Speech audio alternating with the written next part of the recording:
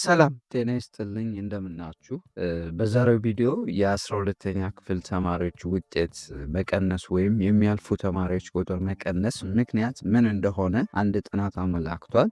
በጥናቱ ምንድን ነው? ጥናቱ የተማሪዎች ውጤት መቀነስ ወይም ማሽቆልቆል ምክንያቶቹ ምን እንደሆኑና ለነዚህ ምክንያቶች ጥናቱ የመፍትሄ ሀሳብ ወይም ምክረ ሀሳቡ ምን እንደሆነ አስቀምጧል።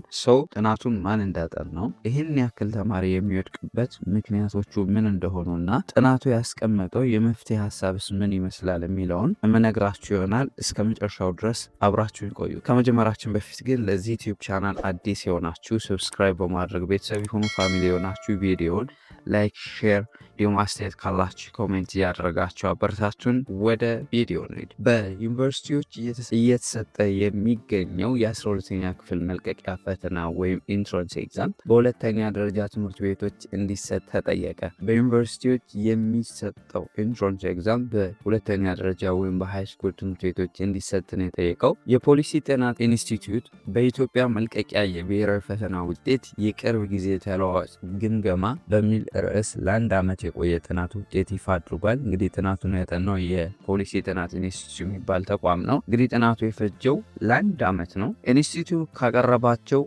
የፖሊሲ ምክር ሀሳቦች መካከል ከ2014 ዓ.ም ጀምሮ በዩኒቨርሲቲዎች እየተሰጠ የሚገኘው የ12ኛ ክፍል መልቀቂያ ፈተና በሁለተኛ ደረጃ ትምህርት ቤቶች ይሰጥ የሚለው ይገኝበታል። እንግዲህ ከ2014 ዓ.ም ጀምሮ የ12ኛ ክፍል ኢንትራንስ ኤግዛም ፈተና የሚሰጠው በሀገራችን ባሉ በተለያዩ ዩኒቨርሲቲዎች ነው። እንግዲህ ይህንን ፈተና በሁለተኛ ደረጃ ትምህርት ቤት ይሰጥ የሚል ነው አንዱ ምክር ሀሳብ። በኢንስቲትዩቱ የማህበራዊ ልማትና አካታችነት ማዕከል ኃላፊና ከፍተኛ ተመራማሪ የሆኑት ደሳለኝ አንጨሶ ዶክተር የተማሪዎች ውጤት እንዲቀንስ ካደረጉ ቁልፍ ምክንያቶች መካከል የፈተና አሰጣጥ ስርዓቱ መቀየር በተለይ ከከተሞች ራቅ ካሉ አካባቢዎች ወደ ዩኒቨርሲቲ የሚመጡ ተማሪዎች ላይ የፈጠረው የስነ ልቦና ችግር ተጠቃሽ መሆኑን ጠቁመዋል። እንግዲህ እንደምታውቁት አብዛኛው ተማሪ በገጠር ነው የሚኖሩ። እነዛ በገጠር የሚኖሩ ወይም ዩኒቨርሲቲ በሌለባቸው አካባቢ የሚኖሩ ተማሪዎች በአካባቢያቸው ወይም በቅርብ ወደሚገኙ ዩኒቨርሲቲ መጥተው ነው ዩኒቨርሲቲ ላይ ፈተና የሚወስዱት። እንግዲህ ጥናቱ የተማሪዎች ውጤት እንዲቀንስ ካደረጉ ቁልፍ ምክንያቶች መካከል የፈተና አሰጣጥ ስርዓቱ መቀየር በተለይ ደግሞ ከከተሞች ራቅ ካሉ አካባቢዎች ወደ ዩኒቨርሲቲ የሚመጡ ተማሪዎች ላይ የፈጠረው የስነ ልቦና ችግር ተጠቃሽ መሆኑን ጠቁሟል። በተፈጠረው የስነ ልቦና ችግር ምክንያት ጥሩ ውጤት ማምጣት የነበረባቸው ተማሪዎች ውጤት ሳያመጡ መቅረታቸው ትኩረት ሊሰጠው ይገባል ብሏል። ልክ እንግዲህ እንደምታውቁት ጎበዝ በዚህ ከ2014 ዓ.ም ጀምሮ ከአዲሱ የፈተና ስርዓት ጀምሮ ጎበዝ የተባለ ይወድቃል፣ ሰነፍ የተባለው ያልፋል። እንግዲህ ብዙ ጊዜ የተቀያየረ ነው ውጤቱ። እሱን በተመለከተ በተፈጠረው የስነ ልቦና ችግር ምክንያት ጥሩ ውጤት ማምጣት ከነበረባቸው ተማሪዎች ውስጥ ውጤት ሳያመጡ መቅረታቸው ትኩረት ሊሰጠው ይገባል ብሏል። ተማሪዎች የባዮሜትሪክስ መረጃዎች እንዲሞሉ በማድረግ እንዲሁም በሁለተኛ ደረጃ ትምህርት ቤቶች የደህንነት ካሜራዎችን በመንጠም የቁጥጥር ስርዓት በመስራት ተማሪዎች ከሚኖሩበት አካባቢ ሳይርቁ ፈተናውን እንዲፈተኑ ትምህርት ሚኒስቴር የረዥም ጊዜ እቅድ ይዞ እንዲሰራ ምክር ሀሳብ መቅረቡን ገልጸዋል። እንግዲህ አንዱ ምክር ሀሳብ ተማሪዎች ከተለያዩ ቦታዎች ትራቨል ማድረጋቸውን ትተው በየአካባቢያቸው በሚገኝ ሃይስኩል ጥበቃው እና ተጠናክሮ በዛ እንዲፈተኑ ምክር ሀሳቡን ለግሷል። የትምህርት ቤቶችን መሰረተ ልማት ማሻሻልና ከታች ጀምሮ ጥራት ላይ ሊሰራ እንደሚገባ የገለጹት ኃላፊው የትምህርት ቤት አመራሮች እውቀትን መሰረት ባደረገ ሁኔታ ሊመደቡ እንደሚገባ ምክር ሀሳብ መቅረቡን ተናግረዋል። እንግዲህ በማህበረሰቡ ዘንድ ትምህርት ምን ያደርጋል የሚል እሳቤ መቀየር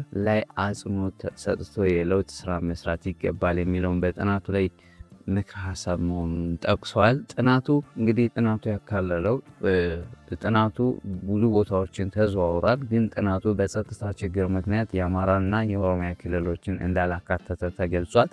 እንግዲህ ጥናቱ እንደጠቆመው ከሆነ የ12ኛ ክፍል ውጤት ማሽቆልቆል ምክንያት አንዱ የስነ ልቦና የዚህ ስነልቦና ችግር ደግሞ ተማሪዎች ማህበረሰባቸውን፣ አካባቢያቸውን፣ ቀያቸውን ለቀው ወደ ተለያዩ ዩኒቨርሲቲዎች ወዳሉበት አካባቢ መጥተው ስለሚፈተኑ ይሄ የስነልቦና ችግር በተማሪዎች ስለሚፈጥር ይሄ ነገር ወደ ሃይስኩል ፈተናው እንዲቀየር አንድ ምክረ ሀሳብ። ሁለተኛው ጥራት ላይ በደንብ እንዲሰራ ከታች ጀምሮ ከሃይስኩል ጀምሮ ከኤሌመንተሪ ጀምሮ እንዲሰራ ብሎ አንድ ሪከመንድ አድርጓል። ሰው በአጠቃላይ እነዚህ ነገሮች ኮንሲደር አድርጎ የ12ኛ ክፍል ለወደፊቱ እንዲሻሻል እነዚህ ምክረ ሀሳቦች እንዲተገበሩ እና የረዥም ጊዜ እቅድ ይዞ ትምህርት ሚኒስቴር እንዲሰራ ምክረ ሀሳቡን ለግሷል። ሰው እንግዲህ በእነዚህ ምክንያት የ12ኛ ክፍል ውጤት ሊያሽቆለቁል ችሏል ብሏል ጥናቱ።